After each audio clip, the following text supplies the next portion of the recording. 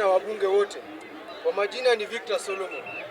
Jambo ambalo nataka kulisema ni kuwa a colleague of this very noble house asked that should Ruto be allowed into our churches in Kenya. Number one, our spiritual leaders, our religious leaders alone are hyenas in sheepskin because they feed from brown envelopes monies which should be used to build our nation. And that's why they allow an hypocrite who is William Samoei Ruto into churches.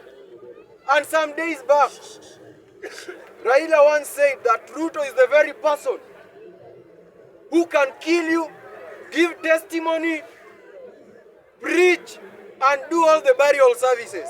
And that's the very Ruto we are talking about. And the spiritual leaders of this nation shouldn't allow Ruto to enter into any church, not unless they want to take brown envelope from this country. And we are used to their very envelopes. And our spiritual leaders are letting this country down. Raila ukiona una nini nonsense.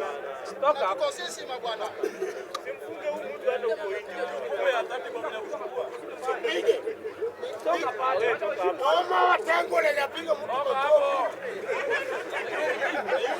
tango le watu mingi mpaka kwa spika yake wakakula mpaka mchele.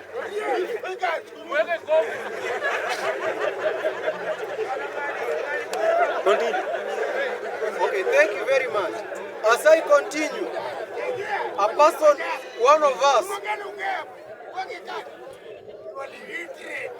a colleague, asked the reason as to why the Gen Zs are telling Raila to sit aside.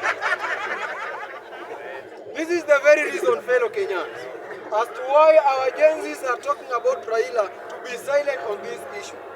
These very Gen Zs wanajua vizuri that Raila has been a freedom fighter and he has tried so much, and what he was defeated to achieve, they achieved. And that's the very reason as to why they are still telling Raila Amolo Odinga to sit aside, because they still want to continue with the battle to bring the third liberation of this country. Raila himself achieved the second liberation of this country. He brought to us the freedom of speech which we enjoy now, the democracy.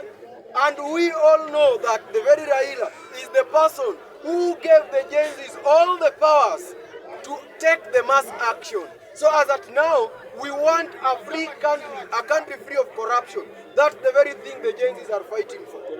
And anybody from anywhere coming to support William Samoei Ruto, I encourage fellow Kenyans and the Gen Zs plus the millennials, the battle which we started should continue, because the very thing we achieved, finance bill tuliangusha. Dismantling of the cabinet secretary, we did that. Even Ruto himself is not clean, and we need him. We need him to remove Musalia Mudavadi from office, who is owning an unconstitutional position. So fellow Kenyans, the battle is not yet over. We must continue and we must liberate our nation. Thank you very much. Yes, thank you. Thank you.